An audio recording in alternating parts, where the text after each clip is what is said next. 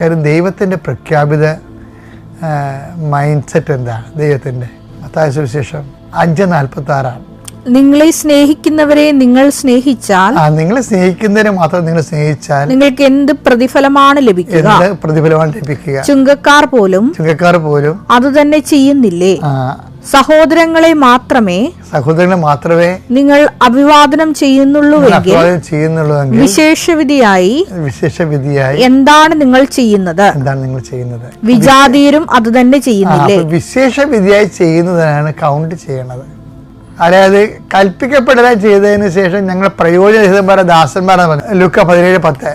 ഇതുപോലെ തന്നെ നിങ്ങളും കൽപ്പിക്കപ്പെട്ടവയെല്ലാം ചെയ്തതിനു ശേഷം ഞങ്ങൾ പ്രയോജനമില്ലാത്ത ദാസന്മാരാണ് കടമ നിർവഹിച്ചതേയുള്ളൂ എന്ന് പറയുവിൻ. കൽപ്പിക്കപ്പെട്ടതെല്ലാം ചെയ്താലേ ആ കടമ നിർവഹിക്കുക മാത്രമേ ഉള്ളൂ. ദൈവം ഉദ്ദേശിക്കുന്നത് എന്താണ്? വിശേഷ വിധിയായി നിങ്ങൾ എന്താണ് ചെയ്യണം എന്നുള്ളതാണ്. ഇപ്പം ഞാൻ സിസ്റ്റേഴ്സോട് പറയും, സിസ്റ്റേഴ്സ് നിങ്ങളിപ്പോൾ ചാസ്റ്റിറ്റി അല്ലേ, ശുദ്ധത, പിന്നെന്താണ് ഒബീഡിയൻസ്, അനുസരണം, പോവർട്ടി, അപ്പോൾ ദാരിദ്ര്യം, അനുസരണം, കന്യാത്വം നിങ്ങൾ എടുക്കുന്നുണ്ട്.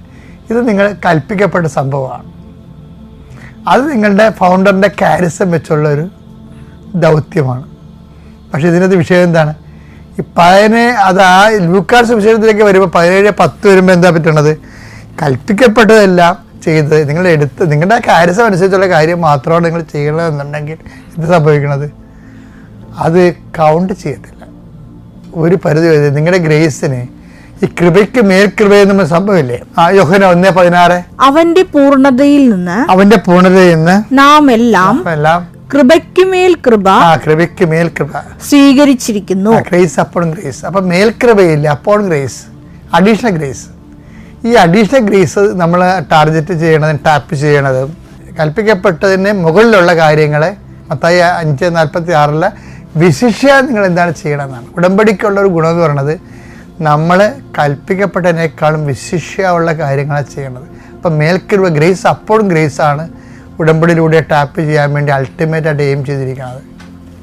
അപ്പം അതുകൊണ്ട് ഉടമ്പടിയിൽ ഇപ്പോൾ അച്ഛന്മാരായാലും ശരി, അപ്പം അച്ഛന്മാർക്ക് തന്നെ ഇപ്പോൾ ഒരു തിരുപ്പട്ട സമയത്ത് എന്താ പറയണത്? പ്രിയമകനെ നീ ഇത് കർത്താവിൻ്റെ വചനം അഫിന്റെ പിതാവ് കൊടുത്തിട്ട് എന്ത് പറയും? പ്രിയമകനെ നീ ഇത് വിശ്വസിക്കണത് ജീവിക്കുക.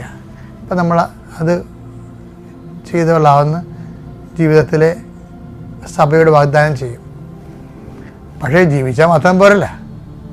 കർത്താവ് ജീവിക്കാൻ വേണ്ടി മാത്രമല്ലല്ലോ നമ്മളെ പട്ടം തന്ന് വിട്ടിരിക്കണത്. ആദ്യം ഈ അപ്പോസ്തലന്മാരെല്ലാം ആദ്യം ആരായിരുന്നു?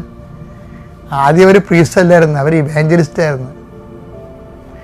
ഇവാഞ്ചലിസ്റ്റ് ആയവരെ ആ ഇവാഞ്ചലൈസേഷനിലൂടെ ഒരു കൂട്ടായ്മ രൂപപ്പെട്ട് വരുമ്പോഴാണ് പ്രീസ്റ്റ്ഹുഡ് വരണത്.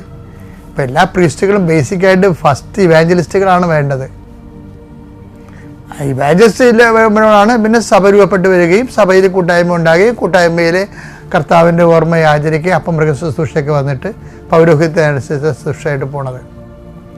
അപ്പോൾ സ്വാഭാവികമായിട്ടും അച്ഛന്മാരായാലും പ്രീസ്റ്റായാലും ശരി, പ്രധാനപ്പെട്ട വിഷയം അൾട്ടിമേറ്റ് എന്താ ചെയ്യേണ്ടത്? ഇവാഞ്ചലൈസേഷനാണ്. ഉടമ്പടിയിലുള്ള ഏറ്റവും വലിയ ഗുണം എന്താണ്? ഇവാഞ്ചലൈസേഷൻ്റെ മെയിൻ സംഭവമാണ് ഉടമ്പടി.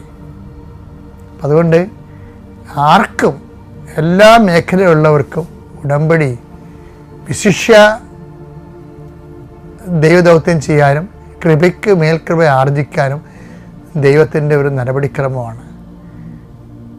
പറ്റുന്നവരൊക്കെ അതിൽ പാലിക്കാനും ചെയ്യാനും കൃപയിൽ വളരാൻ നമുക്ക് ശ്രമിക്കാം. Praise the Lord.